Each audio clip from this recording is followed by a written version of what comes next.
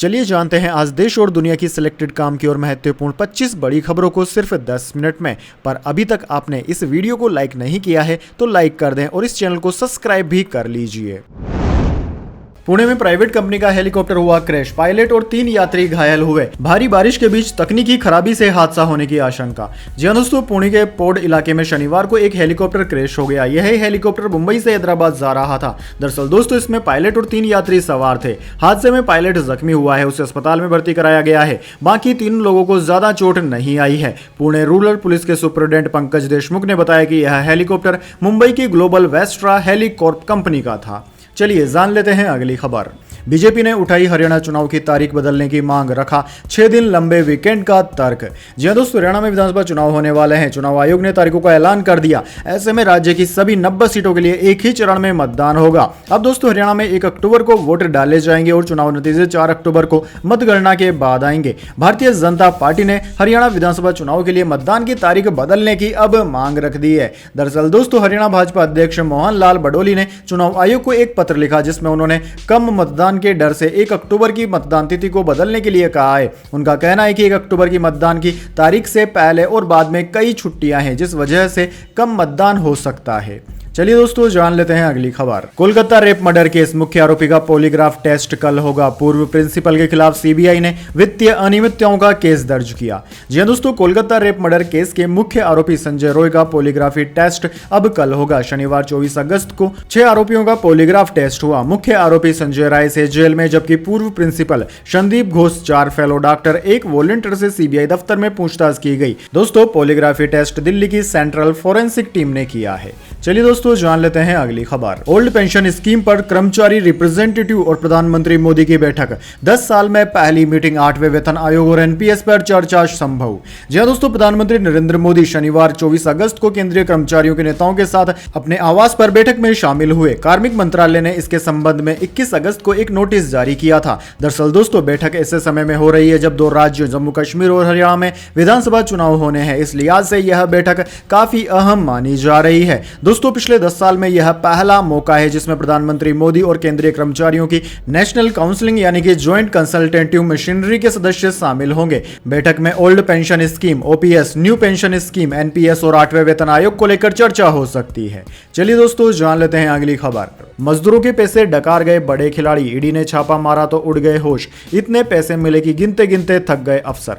जी हां दोस्तों, money laundering और ऑफिशियल फ्रॉड से जुड़े मामले में ईडी की ओर से अक्सर ही कार्यवाही की जाती है। ऐसे ही एक मामले में ईडी की टीम ने छापेमारी कर करोड़ों रुपए जब्त किए। यह मामला असम से जुड़ा हुआ है। दरअसल दोस्तों असम सरकार के कंस्ट्रक्शन वर्कर्स के वेलफेयर के लिए तय फंड का गबन करने के मामले में ईडी ने बड़ा एक्शन लिया। परिवहन निर्देशालय की टीम ने मनी लॉन्ड्रिंग रोकथाम कानून पीएमएलए के तहत कार्रवाई करते हुए 34 करोड़ रुपए से ज्यादा की राशि को जब्त किया। बैंक और फिक्स्ड डिपॉजिट को भी सीज कर दिया है। दोस्तों ईडी ने एक बयान जारी करते हुए कहा कि यह कंस्ट्रक्शन वर्कर्स के कल्याण के लिए उपकर यानी कि सेस के रूप में इकट्ठा हुआ फंड के दुरुपयोग का मामला है। छापेमारी के दौरान कई आपत्तिजनक दस्तावेज और अन्य सामग्रियां भी जब्त की गई। हालांकि ईडी के बयान में यह जानकारी नहीं दी गई कि यह छापेमारी कब की गई थी। चलिए जान लेते हैं अगली खबर।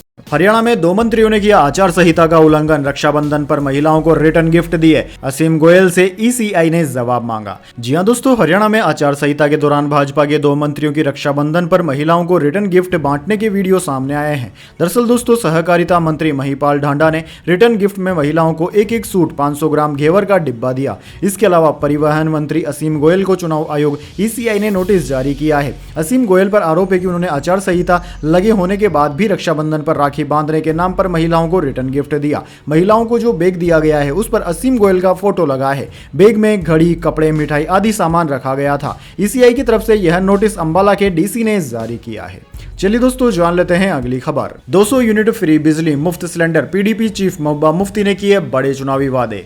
जी हां दोस्तों, महबूबा मुफ्ती ने अपनी पीडीपी पार्टी का चुनावी घोषणा पत्र शनिवार को जारी कर दिया। महबूबा ने बिजली फ्री सिलेंडर, पेंशन को लेकर बड़ा दावा किया है। पीडीपी के घोषणा पत्र में कहा गया है कि उनकी सरकार बनने पर 200 यूनिट फ्री बिजली दी जाएगी। इसके अलावा पुरानी बिल का 1 टाइम सेटलमेंट किया जाएगा। पेंशन को डबल किए जाने के साथ ही कई और भी वादे किए हैं। दोस्तों आपकी जानकारी के लिए बता दें, घोषणा पत्र को जारी करते हुए टीडीपी प्रमुख महबूबा मुफ्ती ने कहा कि हम 200 यूनिट तक मुफ्त बिजली देंगे। हम पानी पर टैक्स खत्म करना चाहते हैं। पानी के लिए मीटर नहीं होने चाहिए। जिन गरीबों के घर में 1 से 6 लोग हैं उनके लिए हम मुफ्त मोहम्मद सैयद योजना फिर से लागू करना चाहते हैं, क्योंकि उन्हें मिलने वाला चावल और राशन पर्याप्त नहीं है। इसलिए हम गरीबों को साल में 12 सिलेंडर देंगे। हम वृद्धावस्था पेंशन, विधवा पेंशन आदि जैसी सामाजिक सुरक्षा को दुगना करेंगे।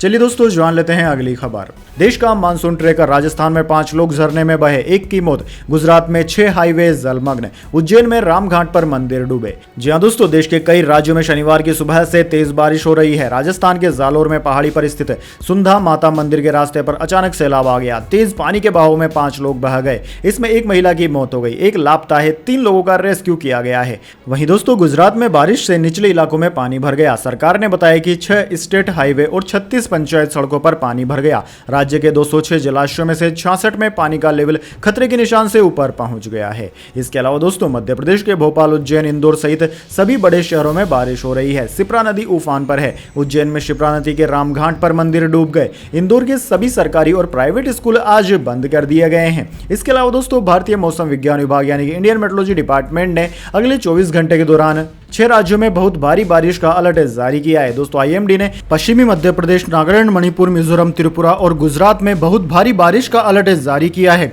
दोस्तों, यहां पर बहुत ज्यादा भारी बारिश से मतलब 20 सेंटीमीटर से ज्यादा बारिश का है। वहीं दोस्तों, राजस्थान, पूर्वी मध्य प्रदेश, गांगेय, पश्चिम बंगाल, झारखंड, असम, मेघालय, कोकण, गोवा, मध्य महाराष्ट्र में भारी बारिश यानी कि 7 सेंटीमीटर से ज्यादा बारिश का अलर्ट जारी किया है। इसके अलावा दोस्तों, भारतीय मौसम विज्ञान विभाग ने उत्तराखंड, उत्तर प्रदेश, पश्चिम राजस्थान, महाराष्ट्र के विदर्भ, छत्तीसगढ़, उप हिमालय, पश्चिम बंगाल, सिक्किम, बिहार, ओडिशा, केरल और तटीय कर्नाटक में भी बारिश की चेतावनी जारी की है। केरल हाईकोर्ट बोला, मुआवजे की किश्त काटने वाले संवेदनहीन लोग। वायनाड लैंडस्लाइड इंसानी लालच पर प्रकृति के बदले का एक उदाहरण है। जी हां दोस्तों, केरल हाईकोर्ट ने वायनाड लैंडस्लाइड के पीड़ितों को मिली मुआवजे की राशि से बैंकों की ईएमआई काटने पर नाराजगी जताई। कोर्ट ने शुक्रवार को कहा कि लोगों में संवेदना खत्म हो चुकी है। हम घटना के मानवीय पहलू से चूक रहे हैं। त्रासदी के पहले हफ्ते में सब रोते हैं, फिर अगले हफ्ते ऐसी हरकतें करते हैं। हाईकोर्ट ने लैंडस्लाइड की घटना पर सरकार को भी फटकार लगाई। Justice A K. जयशंकरन नंबियार और जस्टिस श्याम कुमार वीएम की बेंच ने कहा कि वायनाड लैंडस्लाइड इंसानों की उदासीनता और लालच पर प्रकृति की प्रतिक्रिया का एक और उदाहरण है। चलिए दोस्तों, जान लेते हैं इसके बाद अगली खबर। SC/ST एक्ट तभी लगेगा जब अपमान में जाति का जिक्र। सुप्रीम कोर्ट ने आरोपी को जमानत दी। दलित विधायक को माफिया डॉन कहा था। जी हां दोस्तों, सुप्रीम कोर्ट ने कहा है कि अगर किसी अनुसूचित जाति जनजाति के व्यक्ति को उसकी जाति का नाम लिए बगैर अपमानित किया गया है तो यह मामला SC/ST यानी कि अत्याचार निवारण अधिनियम 1989 के तहत अपराध नहीं होगा।